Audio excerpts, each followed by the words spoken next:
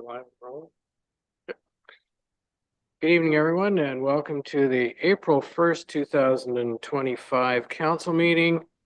Prior to the open session, council met for a closed session that was moved by Councillor Keith and seconded by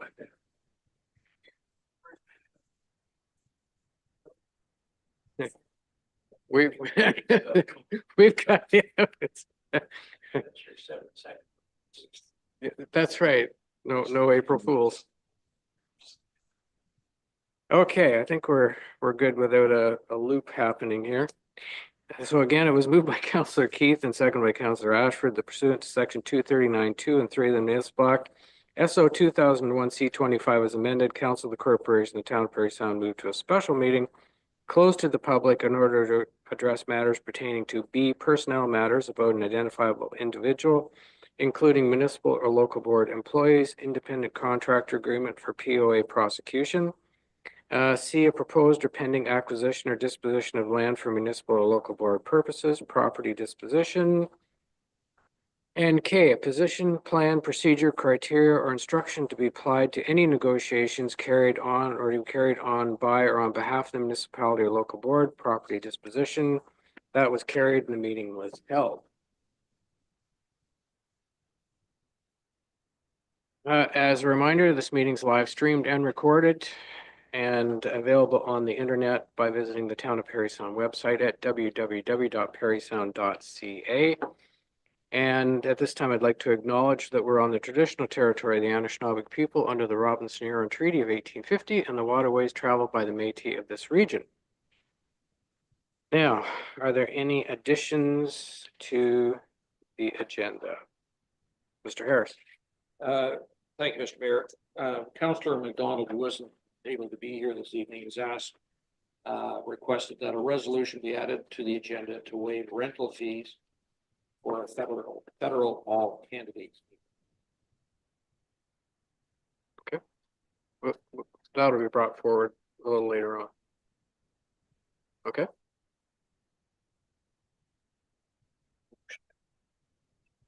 Yeah. Well, that'll be part of this. Any other additions to the agenda? Nope. Mover and seconder. Councillor McCann, Councillor Borneman.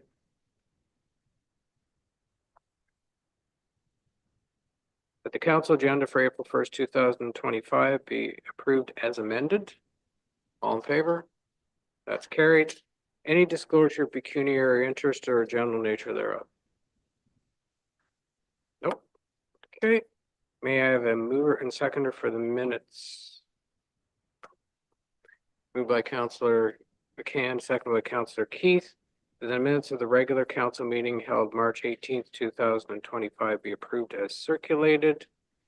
Any discussion or comment on those meetings, on that meeting? No? All in favor then? That's carried. Hello, ladies and gentlemen, we are now going to take a few minutes to hold a public meeting to hear any interested persons with regard to proposed zoning amendment application.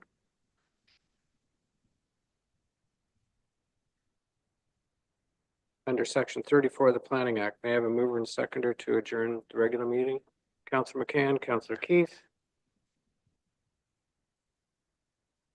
We do now adjourn the regular meeting and declare the public meeting open. All in favor? That's carried. Ms. O'Connor, could you explain how the public was notified of zoning amendment application Z25/03 for Legend Spirits Company?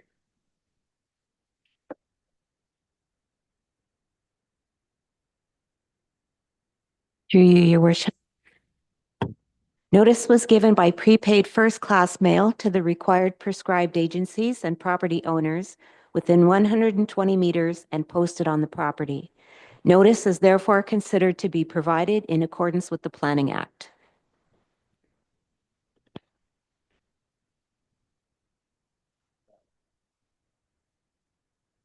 Mr. Rand, can you explain the purpose of the proposed zoning application? Thank you, Worship. The purpose of the proposed temporary zoning bylaw amendment is to permit a structure which would contain a temporary kitchen on the subject lands at 7 Great North Road for a period of up to 2 years. The temporary kitchen is proposed to be utilized until renovations are completed for a kitchen inside the main building. And if approved, the application would permit the following: a temporary kitchen for up to 2 years, and a temporary kitchen shall only be permitted where a permanent kitchen is not in operation on the subject lands. Thank you, Your Worship. Okay, thank you. In accordance with the Planning Act, council will consider all matters placed before it prior to granting a zoning amendment. If a public body who files an appeal of a decision of the council of the corporation of the town of Parry Sound in respect of a proposed zoning amendment does not make written submissions to the council before it provides or refuses to provide a decision, the Ontario Land Tribunal may dismiss the appeal. At this time, does anyone wish to speak in favor of the proposed application for the zoning amendment? If so, please come forward, identify yourself by name, and give your address. Is there anyone online that? Okay. I will ask one more time. Does anyone wish to speak in favor of the proposed application for zoning amendment? No? Then at this time, does anyone wish to speak in opposition to this proposed application for zoning amendment?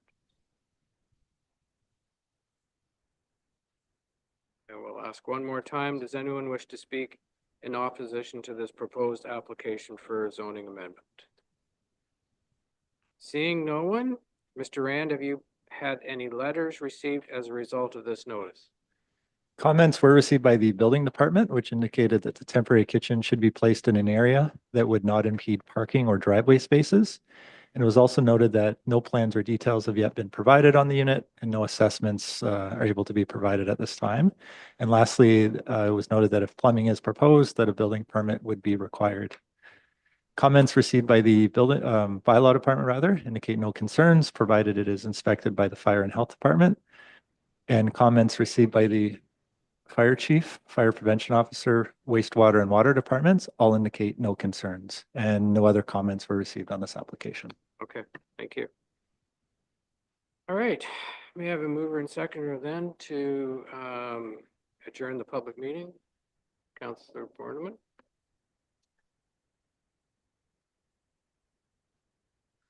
I just wanted to ask Mr. Rand if this temporary kitchen would meet all health standards from the health board, whatnot, the way a normal facility would. Through Yeah, you, it has to. Your Worship, that's one way to put it, yes. Trust me. There will be plumbing within the building, it's my understanding there will be plumbing, and that would initiate a building permit. So in terms of the municipal side of things, we would have a full review. And then all other provincial requirements, including health code regulations, would apply. So they would need to meet those as well. Okay, the mover and seconder to Councillor Borneman and Councillor McCann.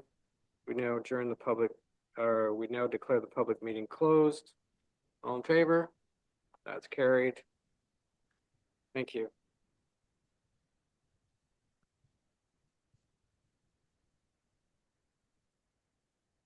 Questions of staff? Councillor Keith. Yes, thank you. My question's for Mr. Cairns. I know we had the ice storm and it seemed overall the town survived pretty good, but I noticed there's a number of branches down, and in some areas I noticed that citizens have put the branches on the town boulevards, whether or not they came off their trees or not. So what will be happening there, please?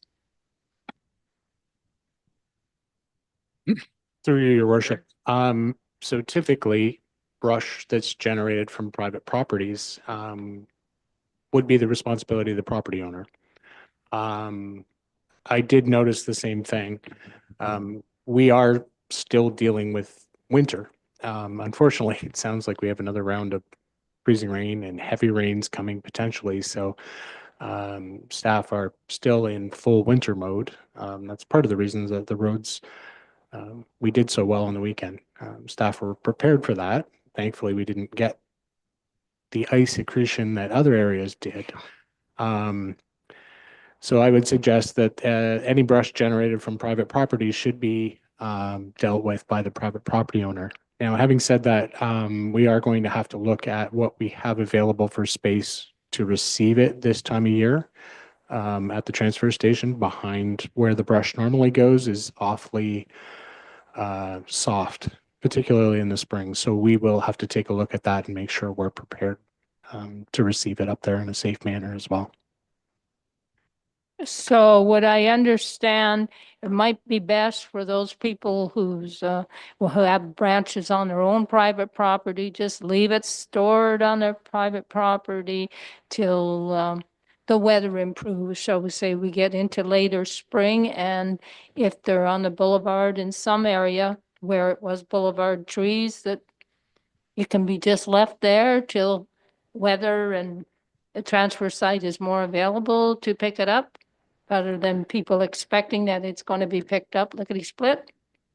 Through you, your worship, certainly that would be ideal. We don't want to make more work or cause further damage in areas where it's soft to start with. So we'll, as long as it's not hazardous in the boulevard or on the private property, I would certainly suggest that waiting until winter lets go finally and we start to dry up a little bit would certainly be advantageous for everybody.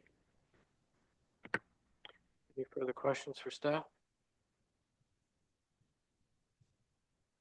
Okay, all right. Correspondence, Ms. O'Connor?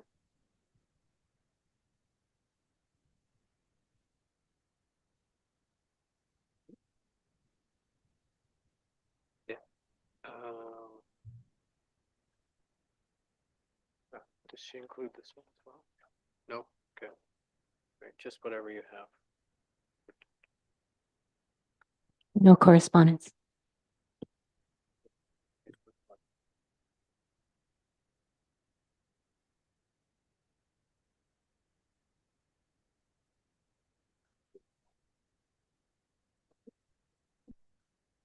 There was one piece of correspondence was from the Township of Stone Mills in support of our Parry Sound resolution that we had by Canadian. And actually, there was another one from the Waterfront Advisory Committee support for the Waterfront Master Plan. Those were the two. We don't have any deputations, so we'll start with reports. We'll start with Councillor Borneman tonight. Thank you, Your Worship. Good evening, everyone. On March 20th, along with Councillors Ashford and McDonald, I attended a meeting of the Parry Sound Industrial Park Board. We received the 2023 audit, which continues to indicate that the park is in good financial stead.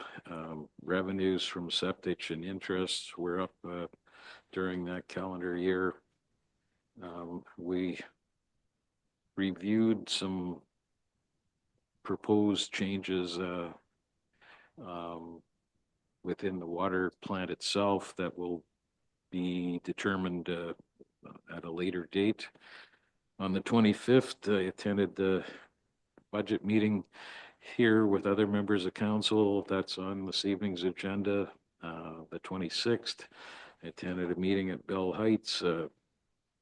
Residents and family surveys continue to overwhelmingly be positive. Still, boredom, loneliness, and helplessness continue to be concerns for many residents. On the 27th, I attended a meeting of the IceCap organization. We heard of progress in a number of communities. Mr. John, our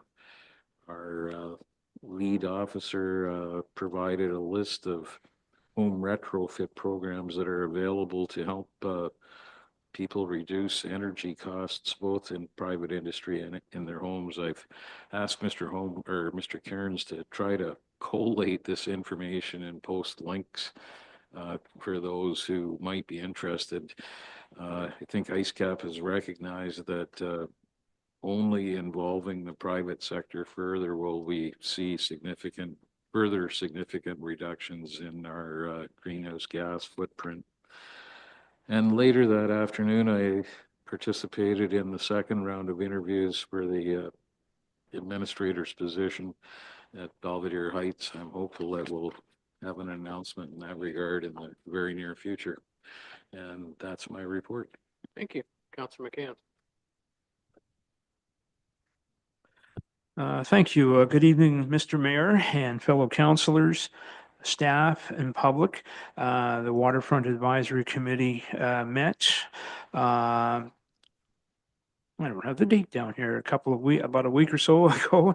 And for the most part, we had discussed the draft waterfront master plan.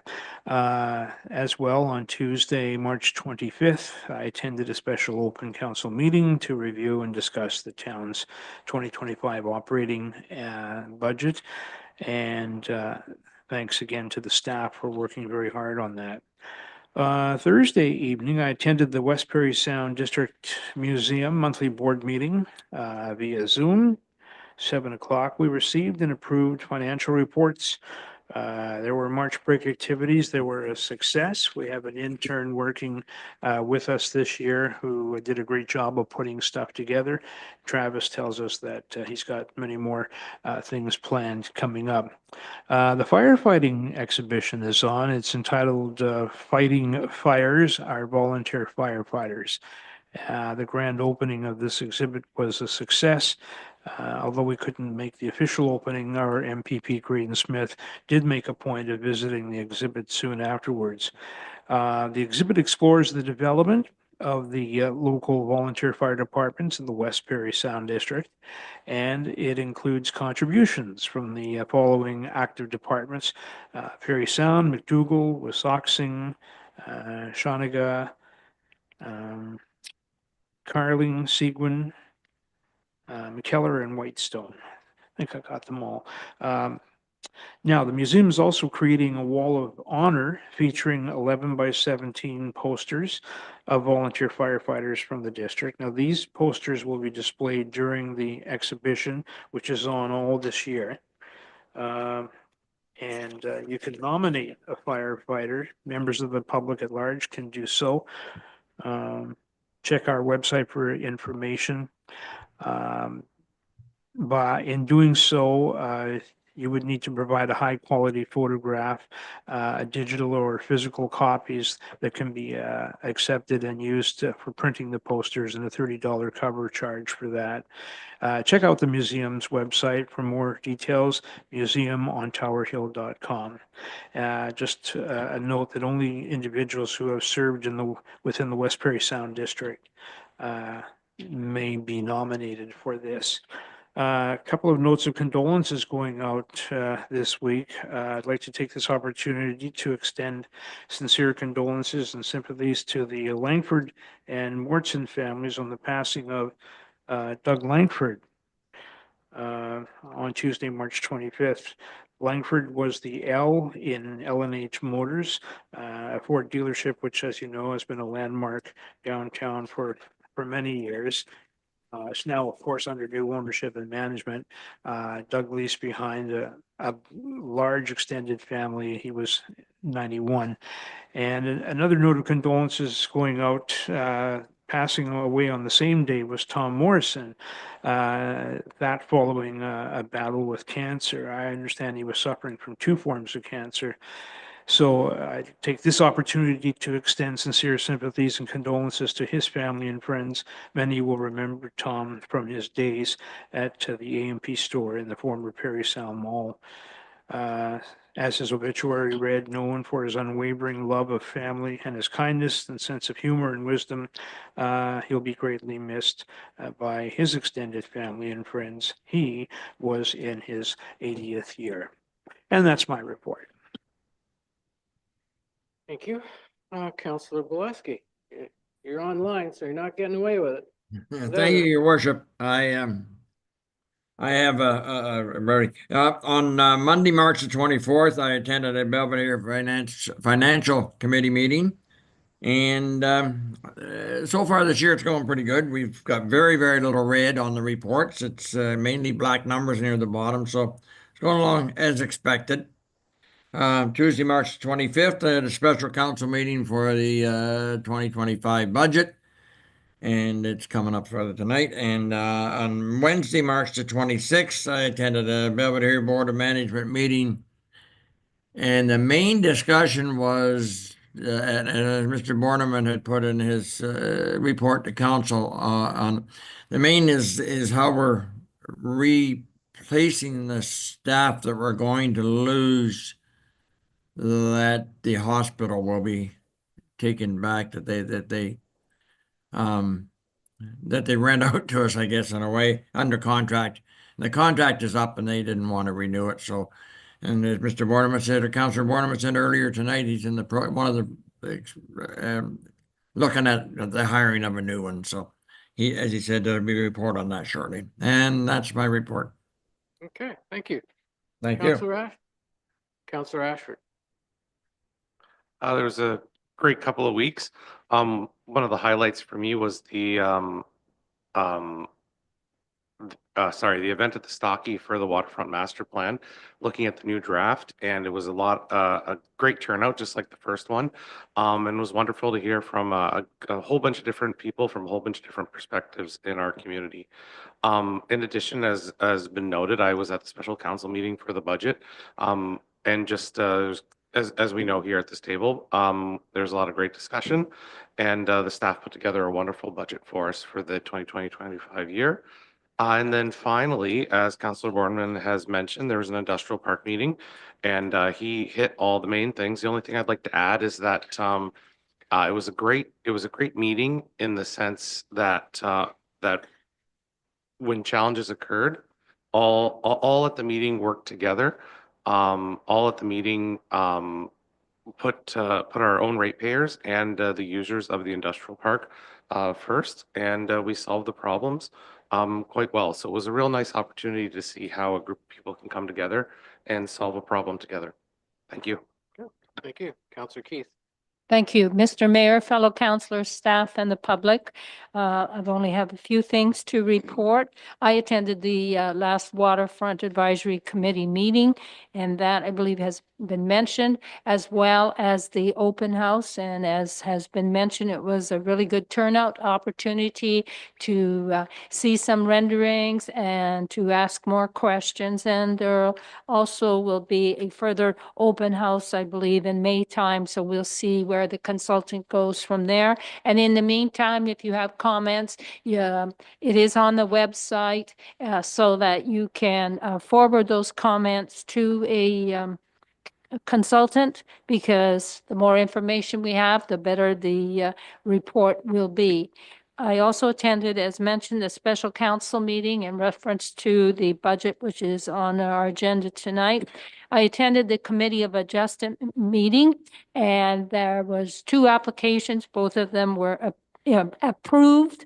And the final thing would be, I had a little bit of fun, shall we say, because the BOCC, the ice was going out as of March 31st. So this is the 3rd year that we've had the ice painting on the ice, and the registration, there was roughly 70. So when you look at 3 years ago, we were around 15, 20 young people being interested in painting on the ice, having that fun.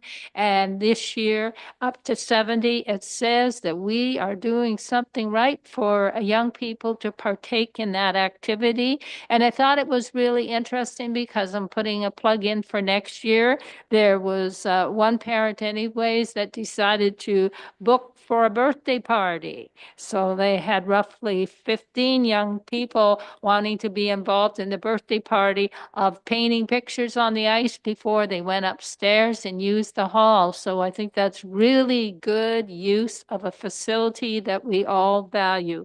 So, and I believe also Jamie Young, the rec director, she took some photographs of the budding artists out there. And I do have to say the snack bar was open. There were some people taking advantage of the use of the snack bar also. And it was just a nice family event. So I'm hoping next year it will be even bigger and better. And who knows, maybe we'll end up with 2 days rather than 1 day before the ice goes out. Thank you.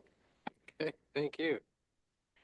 Council staff and public, March 10th, this was mentioned, was the Waterfront Development Public Meeting at the Stocky Center. Great turnout again. I really appreciated the comments that came from the public. March 20th, I attended the AMO Committee of the Whole meeting in Toronto, and then March 21st, I had a small urban meeting at 8:30 a.m. and then the AMO board meeting started at 9 a.m. March 25th was the special budget council meeting that has already been talked about. March 26th, I attended the Horticultural Society meeting, which was held at the Stocky Center. Good crowd on hand. Potluck supper, can't go wrong with that. It was really brings out the attendance in people, so it was really good. The Horticultural Society is looking for new members that are interested in gardening. So if anyone out there, yourself or you know of somebody, get a hold of them. You can find them online and join up. March 29th, I attended the Wild Game Dinner held at the Knights of Columbus Hall. Money from the event was going to help the West Parry Sound Health Center to purchase an incubator unit. And it was a great dinner, well attended.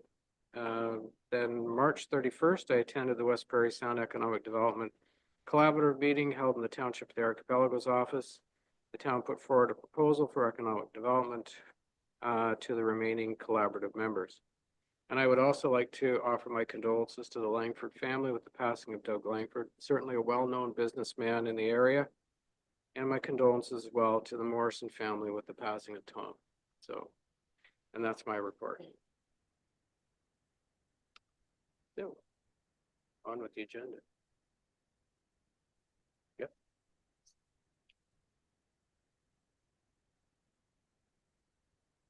Moved by Councillor Ashford, second by Councillor Keith, that bylaw 2025-7494 being a bylaw to authorize the execution of independent contractor agreement with Michelle Scott for the purpose of POA prosecution services be considered as read a first time. All in favor?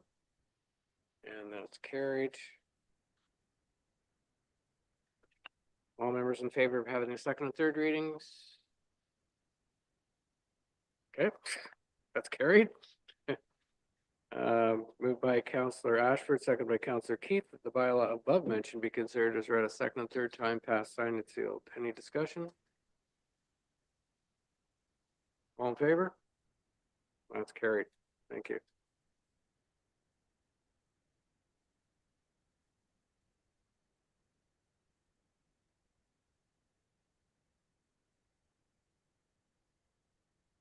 Next, moved by Councillor McCann, second by Councillor Borneman. The Council of the Corporation of Town of Parry Sound hereby supports the attached Town of Bradford, West Gwillimbury's Resolution 2025-79, requesting the provincial government to look at ways to implement balanced reforms that protect both small-scale landlords and tenants, ensuring fairness in the rental market, and further be resolved that this copy of this resolution be forwarded to the Premier, Doug Ford, MPP, Graydon Smith, President, Association of Municipalities of Ontario, Minister of Municipal Affairs and Housing, Attorney General, and the Town of Bradford, West Gwillimbury to support the creation of a balanced protection for both landlords and tenants. And their resolution is, so the public knows, is whereas Ontario has expanded accessory dwelling unit ADU framework to address the housing supply crisis, which includes the need to balance the interests of both tenants and small-scale landlords, whereas small-scale landlords may face financial strain when tenants withhold rent in bad faith, and delayed dispute resolution systems can result in unique hardship for landlords while also affecting tenants' security and well-being. Where it is crucial to support the development of legal ADUs and secondary rentals while ensuring tenants' rights are respected and upheld. Whereas proposed reforms could include accelerating dispute resolution for ADUs and secondary rentals at the Landlord Tenant Board, LTB, within 30 days, ensuring fairness both tenants and landlords. Introducing mediation services to resolve disputes quickly, amicably, and reducing reliance on lengthy hearings. Providing both landlords and tenants with enhanced tools for clear communication, such as standardized rental agreements and better screening practices. Strengthening protection for tenants against unfair eviction while enforcing stricter penalties for tenants withholding rent in bad faith. ensuring law enforcement access to properties only under appropriate circumstances, respecting tenants' rights while supporting landlords in the resolution of unpaid rent issues, establishing a hardship relief fund for landlords impacted by unpaid rent while ensuring tenants are also supported in cases of financial distress, offering free or low-cost legal assistance to both landlords and tenants to navigate disputes fairly.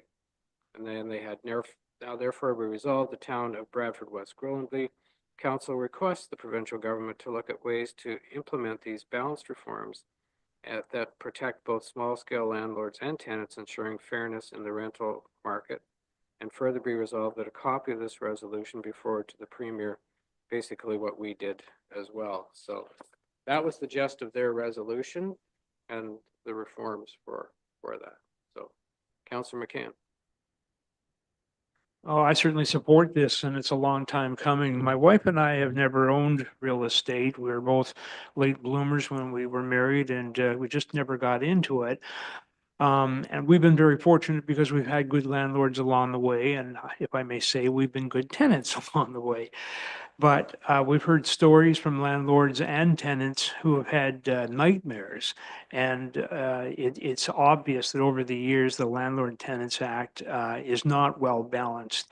And we hear horror stories where landlords have spent thousands of dollars to not only have lost money, not only in rental income, but also in repair and maintenance and sometimes rebuilding altogether.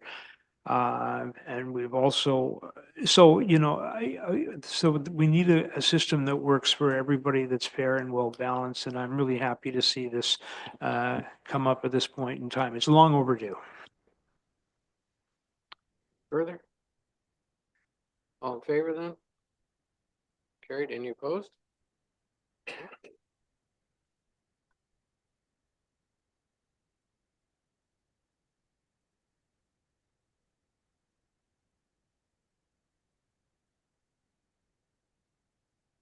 The item 10, 1A. Anyway, moved by Councillor Borneman, second by Councillor McCann, that bylaw number 2025-7491 being a bylaw to adopt official plan amendment number 6, 1214 Joseph Street, be considered as read a first time. All in favor? Carried. All members in favor of having the second and third readings? And that's carried. Moved by Councillor Borneman and seconded by Councillor McCann that the bylaw above mentioned be considered as read a second and third time, passed, signed, and sealed. Mr. Rand, do you have anything to add to this? Thank you, Worship. I'll try to be brief-ish, provide just sort of a high-level overview of the application in general. Obviously, lots going on in the report, which was fairly lengthy. The property is two separate parcels currently, located at 1214 Joseph Street, located adjacent to the Parry Sound High School. And the lands are within the Joseph Street mixed-use area designation of the town's official plan and are zoned highway commercial. The official plan designation limits residential development to 75 units per hectare, and the zoning bylaw does not permit standalone residential development. So that's sort of the main drivers of these applications. The applicant is proposing an 80-unit 5-story apartment dwelling on the lands, and this represents a density of approximately 133 units per hectare. And the proposal does include some associated parking and landscaping. I should note that the applicant has indicated that 11 of these units will be affordable as defined by the CMHC, and the applicant is proposing 103 parking spaces, which is greater than the 100 required for an 80-unit apartment building. The applicant is also proposing 30 bicycle parking spaces. And another big part of this is that the applicant has been notified that sewer services are not available at the curb in this location on Joseph Street. And the applicant is proposing to extend sewer services to John Street in order to service the lands. The zoning bylaw does have a holding provision attached to it, and a future functional servicing report will need to detail the technical requirements of the sanitary extension and connection. and water services are available on the property as well. So with respect to the official plan, the proposed official plan would continue to permit commercial uses on the property, however, would exempt the property from the density requirements for apartment dwelling units. And I'll just summarize our recommendation here with regard to the official plan in that the proposal would facilitate development on a vacant, underutilized property, which is adjacent to the Parry Sound High School and does have access to the West Parry Sound Recreation and Cultural Center, as well as a number of other commercial amenities. And the density is appropriate given the strategic location of the site, as well as the proposal to provide over 500 square meters of amenity space on site.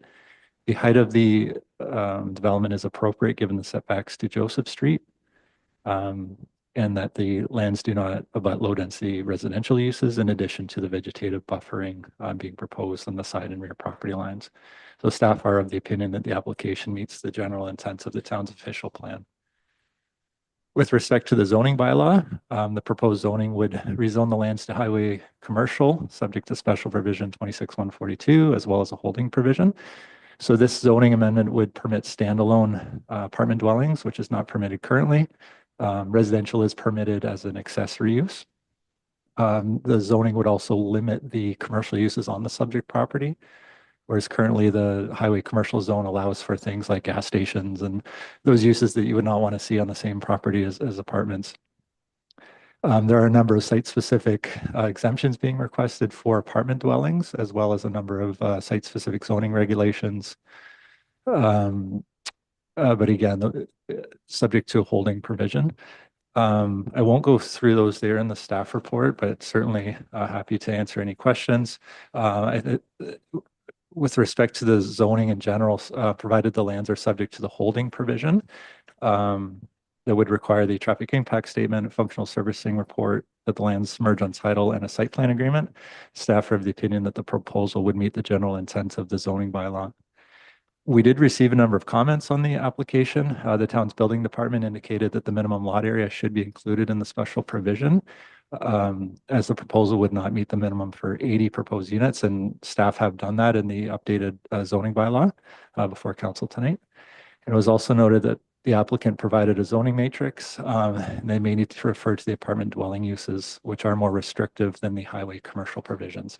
And staff have done that as well. We have made the apartment dwelling subject to the R3, which is the high density zoning provisions. Comments received by the fire department indicate no concerns. Comments received by the wastewater department indicate that there are no sewer services available at the curb. And again, staff would note here that the applicant is aware of this and has agreed to extend the sewer connection to John Street. Comments received by Wasauksing First Nation indicate no objection to the proposal, but they also noted that they are supportive of increases in housing and affordable housing specifically in our area, and no external agency comments have been received at this time. And staff are recommending approval of the application, as the application is consistent with the provincial planning statement, meets the general intent of the official plan, and meets the intent of the zoning bylaw. So again, fairly high level, but staff are here if there are any questions they have. Thank you. Any questions? Councillor Keith? Yes, thank you. I'm just wondering, for the parking spots, is there a number designated for disability, please? Thank you. Through your worship, there are minimums required in the zoning bylaw. I believe in this case it's 5 or 6, but that obviously would have to be confirmed at the site plan stage. So they're not proposing to exceed that minimum, but they have shown us a plan that does meet the minimum requirements. So just for clarification, if the number of parking spots are more than what is the minimum, does that mean that a disability spot, one could get one more disability spot, seeing it's over the minimum? Is that negotiable at all? Through your worship to Councillor Keith, potentially, I think if there was some justification or direction, that could be something that could be negotiated. We haven't seen any supporting need for increasing the minimum accessible parking spaces. We can talk to the applicant about that encourage additional accessible spaces. But at this point in time, yeah, I don't think there's anything we could hang our hats on unless we had certain direction to investigate that as part of the site plan stage. Councillor Keith? Then I would be asking for direction to investigate that to see if there is a possibility. Oh, Or, wait till after we pass the bylaw, please. yes, but I'm just mentioning that. Thank you. Councillor McCann? Thank you. You've earned your money tonight. I'm curious, there's more parking spots than required. Would some of these be designated as visitor spots? How does that kind of fall into the equation? Because does every unit have a parking spot assigned to it, or are there extra units or extra parking spots solely for visitors?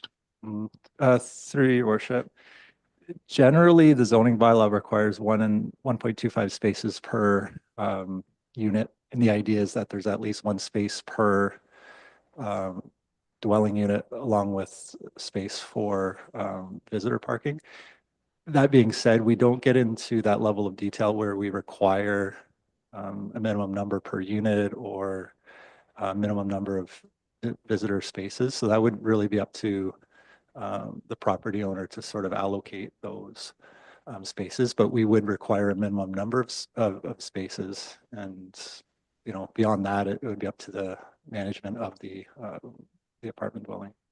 So typically, if you're building 80 units, do you have to have 80 parking spots then available? Is that what I understand? Through your worship's 50? Did you say 50? Oh, yeah, if you build, hypothetically, if you build something with 80 units, do you need 80 parking spots? The zoning bylaw requires 100 parking spaces, so it's 1.25 spaces per unit. So with 80, you would need a minimum of 100. The applicant is proposing 3 additional, along with bicycle parking as a means of providing more than what's required in the zoning bylaw based on what they think may be needed for their residents. Okay, great, thanks. Councillor Bileski? Thank you, your worship. These may not be a large, but I noticed the commercial application, there's 1 or 2 businesses in there. I might have a little concern with being in an apartment building, and I think the main one would be the animal clinic. That's usually a business that's kind of usually in a standalone or in a commercial type area. Veterinarian services are usually not in a residential type dwelling. And I'm just wondering, being that's in there, and if this bylaw goes through, does that mean that we couldn't stop one if they wanted to go in there? Through your worship, the general theory behind this is we didn't want to limit the commercial uses that are permitted on site should the applicant wish to provide those in the future.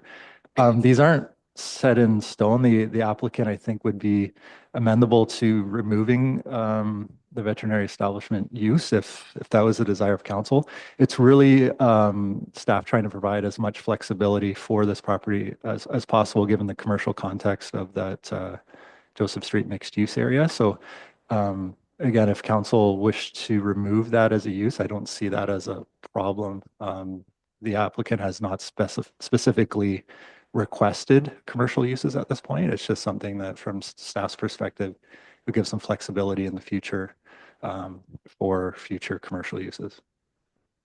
Hopefully that makes sense. That was a long drawn out answer to your question. Councillor Bileski? Thank you, your worship. The only reason I brought it up now, I just didn't want to, and I didn't come up later on that to say, well, it's in the bylaw, I want to put one in, and if council would agree, then I'd like to see it taken out. Grant? Through your worship, so I think that's fine. If it wasn't removed specifically, then yes, it would be a permitted use in the future. So we would have to include that in the final bylaw. So this would be an amendment to the bylaw. I need a mover and seconder if that's going to be removed. Obviously, Counselor Boleski's moving that, so is there a seconder for that? I don't have a seconder, Counselor Boleski, And I guess it's not going forward. I guess. Any further questions, comments? No? All in favor of the bylaw then? And that's carried, none opposed.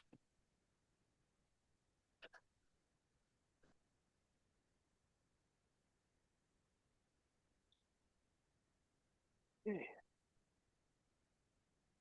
Moved by Counselor Ashford, second by Counselor Keith, that bylaw number 2025-7492, being a bylaw to amend bylaw number 2004-4653, the zoning bylaw as amended for 1214 Joseph Street, and legally described as part of Lot 20, Concession A, being part of Park Lot A, Plan 91, and Part 1, Plan 42R, 4989 in the town of Parry Sound, be considered as read a first time.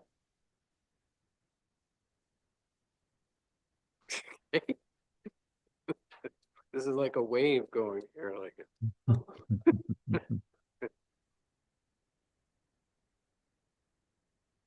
All members in favor of having the second and third readings? Okay, good, thank you. Moved by Counselor Ashford, second by Counselor Keith, that the bylaw above mentioned be considered as read a second and third time, passed, signed, and sealed. Mr. Rand, you got anything more to add to this? To your worship, I don't have anything further to add. This specific bylaw is the zoning bylaw? Yeah. Yeah, okay. I don't have anything further. Thank you. Okay, all right. Any questions? No? All in favor?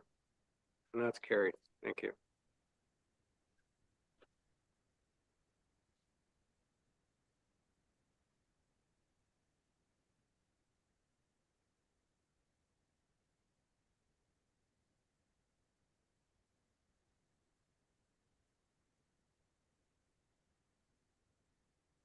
Moved by Councilor McCann, second by Councilor Borneman, that bylaw number 2025-7490, being a bylaw to adopt the operating and capital budget estimate. Point of order? What Oh. happened to my direction? Well, you need to speak up and let me know what you're doing now. You just went on to this next thing, Mr. Mayor. I thought we were automatically going to the direction afterwards. So we discussed about the bylaw, and once Yep. it was approved, that I could move to, Yep. for my direction. So my direction is to do with investigating the ability of the parking spots for disabled people to be increased. Okay. That staff investigate that. Is there a seconder? Councilor Borneman? Mr. Rand, did you have a?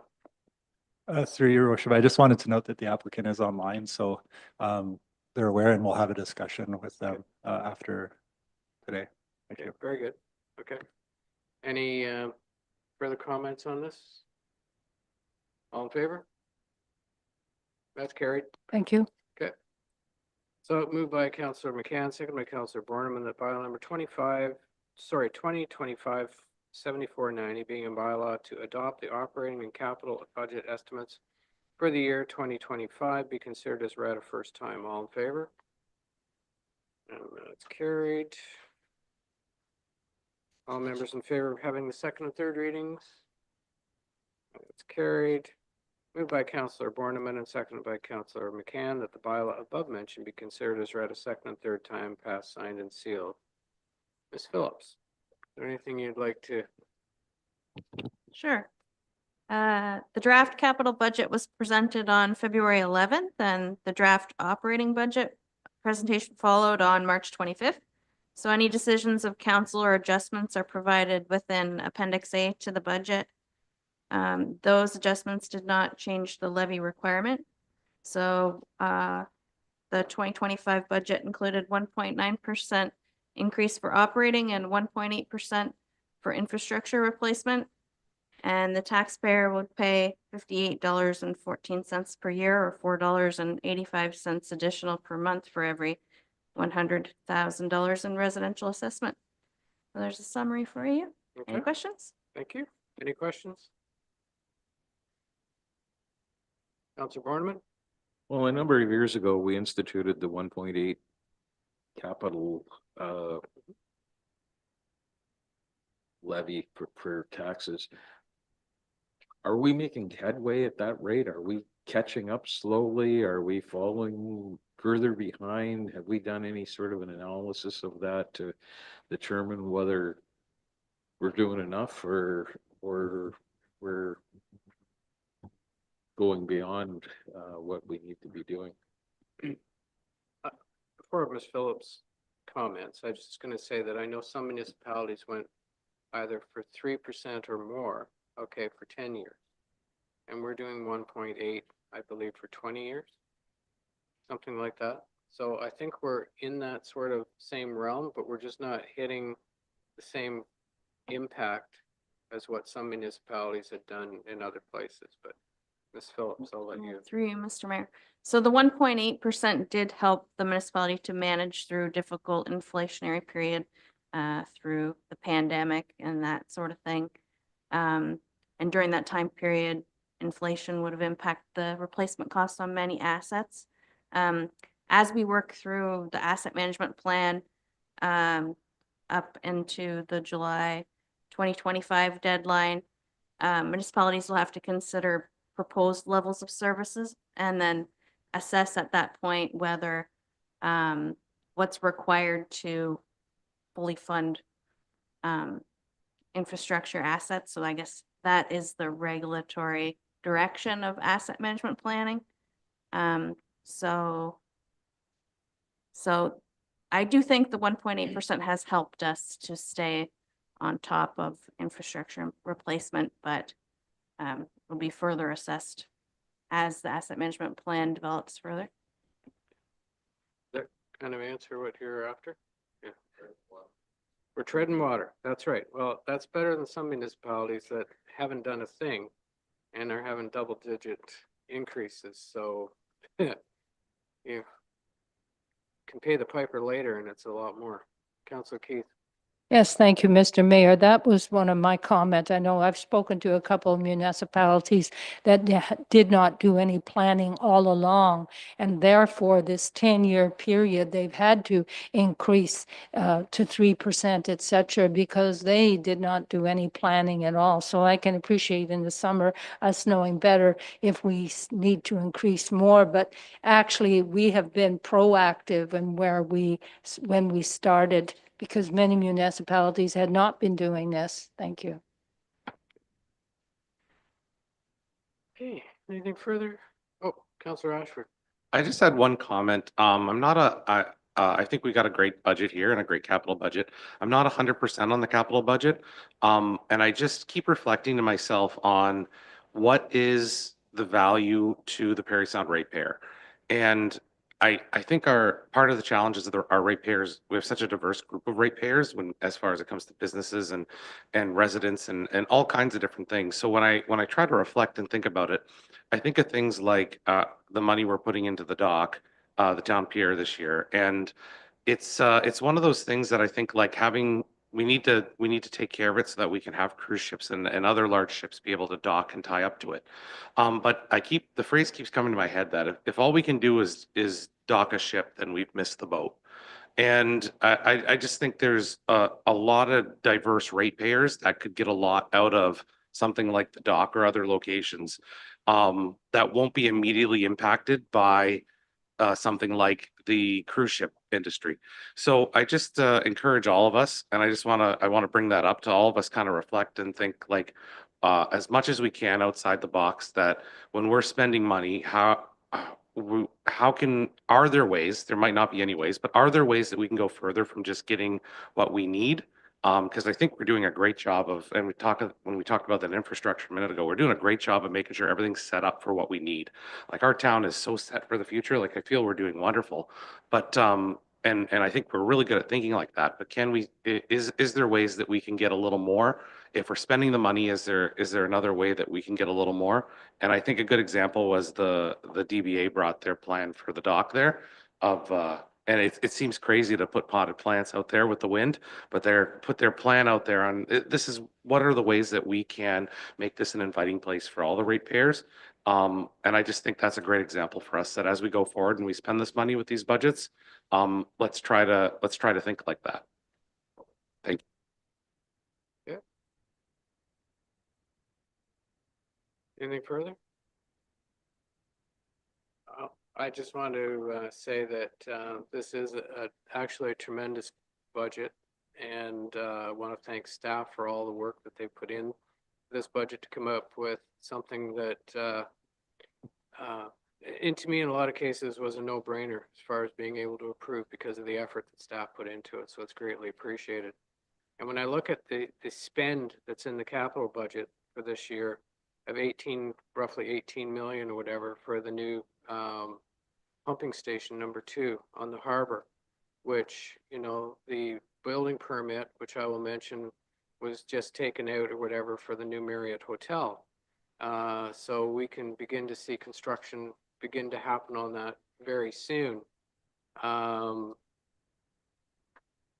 benefit of that is only going to be exponential from all the developments that will occur after that. That will piggyback on that one and proceed to, you know, I mean, it opens up the potential, we said, for over 2,000 housing units. And so that investment in the community, you know, with the good graces of the province to be able to invest as well, has really set us a long way down the road in building for the future in this community. So, no, thank you to staff for all the work that they've done on that. So, all in favor? And that's carried, none opposed.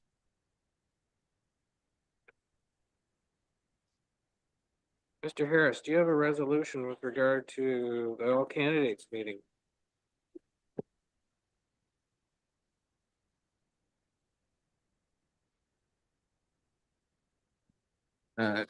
Yes, Mr. Mayor. I did remember that one.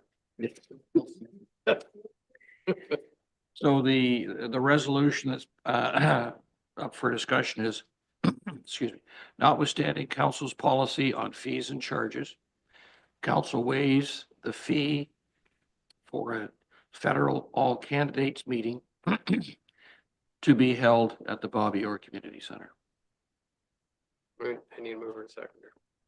Councillor Keith, Councillor Borneman. Any discussion on that? Councillor Keith? Yes, I'm just wondering, is there already a date proposed so anybody listening to that can really get that marked on their agenda? They have a date yet. Yeah. Thank you. From what I understand, not all the parties have candidates yet either. So anyway, that's for another time, I guess. Yes, Councillor Ashford. Who's requesting the waiving of the fees? Through the mayor, I just received a request late this afternoon from Councillor McDonald, and so we've added it. I don't have the details behind that. Okay. Anything further? All in favor? That's carried. Thank you. Moved by Councillor Ashford, seconded by Councillor Keith, that bylaw number 2025-7493, being a bylaw to confirm the proceedings of council, be considered as read a first time. All in favor? That's carried. All members in favor of having the second and third readings? Carried. Moved by Councillor Ashford, seconded by Councillor Keith, that the bylaw above mentioned be considered as read a second and third time, passed, signed, and sealed. All in favor? That's carried. So prior to adjourning, I'd like to offer the following information to the public regarding the next council meeting. The next meeting of council for the town of Parry Sound is scheduled for Tuesday, April 15th, 2025 at 7 p.m. The meeting will be held in the town of Parry Sound Council Chambers at 52 Sequin Street, entrance via Gibson Street, and will be live streamed and recorded. All regular council meetings are held at 7 p.m. on the first and third Tuesday of each month except January and August. where only one regular meeting is scheduled. Council meeting schedule, notices of special council meetings, complete agendas and minutes, and instructions on accessing live, streamed, and recorded council meetings are all posted on the town's website.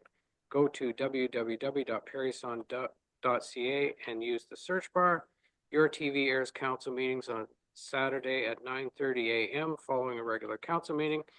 And for Cogeco listings, contact www.yourtv.tv. Thank you, everyone, and have a good night.